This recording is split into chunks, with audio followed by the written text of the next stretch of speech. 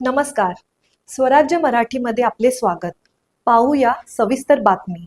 Sir, आज या ठिकाणी आपण बघतोय की ज्या पद्धतीनं जे अवैध पद्धतीनं मंत्र्यांबरोबर येणाऱ्या अनेक लोकांवर चाप लावलेला आहे, त्यांना या ठिकाणी जो आहे तो स्ट्रिक्टली बॉम्ब केलेला आहे. काय सांगाल, एकूणच मोठ्या प्रमाणात या ठिकाणी ही कारवाई केलेली बघायला मिळते, तुम्हाला फरक पडतोय?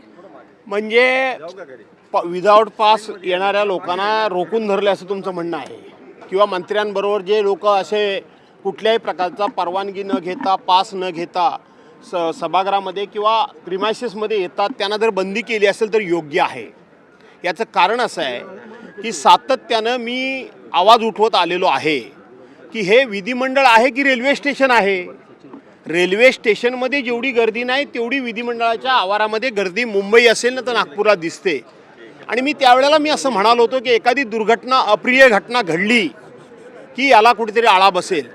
आणि मागच्या अधिवेशनमध्ये आपण बघितलं की आमदारांमध्ये, 2 आमदारांच्या कार्यकर्त्यांमध्ये त्या ठिकाणी थोडक्यावर हे थांबलं म्हणून ठीक झालं. हे प्रकरण आणखीन भविष्यामध्ये किती पुढे जाऊ शकतं याचा विचार करून अनधिकृतपणे येणाऱ्या सदस्यांना, अनधिकृतपणे येणाऱ्या अभ्यंगतांना जर सिक्युरिटीने या ठिकाणी आतमध्ये येण्याकरता मज्जाव केला असेल तर मी त्यांना धन्यवाद देतो. खोपडेंना पुन्हा एकदा धमकी आली काल पावणे 11च्या भाजपचे आमदार चरणसिंग ठाकूर यांनी म्हटलं की अजितदादा 4 महिन्यापासून फाईल ठेवू नये, ऍग्रिकल्चर कॉलेजच्या फाईलवर सही करत नाही. असं आहे की हे कृष्णा खोपडे हे भाजपचे आमदार आहेत, ते नागपूरचे आहेत. त्यांना जर अशा पद्धतीनं धमक्या येत असतील, मला माहीत नाही, मी काय बघितलं नाही, तर तुम्ही साधारणपणे या राज्यामध्ये कोण सुरक्षित आहे? सत्ताधारी पक्षाचे आमदार खासदार सुद्धा सुरक्षित नाहीत. त्यामुळं सर्वसामान्य माणूस या राजवटीमध्ये सुरक्षित नाही, पत्रकार सुरक्षित नाही, त्या ठिकाणी नागरिक महिला सुरक्षित नाहीत. आणि म्हणून हे सरकार आणि या सरकारच्या कारकिर्दीमध्ये सुरक्षा व्यवस्थेचे आणि त्याचबरोबर कायदा सुव्यवस्थेचे किती 3-13 वाजलेत त्याचं उत्तम उदाहरण म्हणजे कृष्णा खोपडेनं आली धमकी. म्हटले की अजितदादा 4 महिन्यापासून ऍग्रिकल्चर कॉलेजच्या फाईलवर सही करत नाहीये.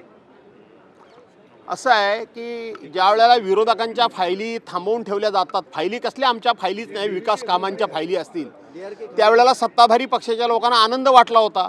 आता हळूहळू ही सुई जर त्यांच्याकडे वळली असेल तर बरं झालं. काल सुधीर मुनगंटीवार असे म्हटलेले आहेत की आम्ही ज्यावेळेला पूर्णपणे बहुमतात येऊ, भाजप ज्यावेळेला पूर्णपणे बहुमतात येईल त्यावेळेला वेगळा विदर्भ जो आहे हा केला जाईल किंवा त्या दृष्टीनं विचार केला जाईल. बावनकुळेंनी सुद्धा असंच विधान 2 दिवसापूर्वी केलं होतं. असं आहे की 2014 पूर्वी भारतीय जनता पार्टीचं वेगळ्या विदर्भामधलं काय काय मत होतं, श्रीहरी अणेमपासून सगळी जरा रेकॉर्ड काढून बघा बाळानो.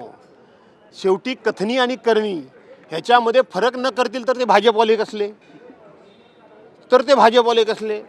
कधीही खरं बोलायचं नाही. समोरची संधी बघून आणि समोरची वेळ बघून आणि सोयीचं बघून बोलतात. त्यामुळं ते काय त्यावेळेला काय सांगत होते, आमचं सरकार येऊ दे. सरकार नव्हतं आलं. आज 2014 पासून कोणाचं सरकार आहे? त्यांचंच सरकार आहे. परंतु वेगळा विदर्भ वगैरे काही नाही. सत्तेकरता सगळ्या गोष्टी खोटं बोलणं हे त्यांचं काम. स्वराज्य मराठी, बातमी नाही जबाबदारी. चॅनलला लाईक करा, शेअर करा आणि सबस्क्राईब करा.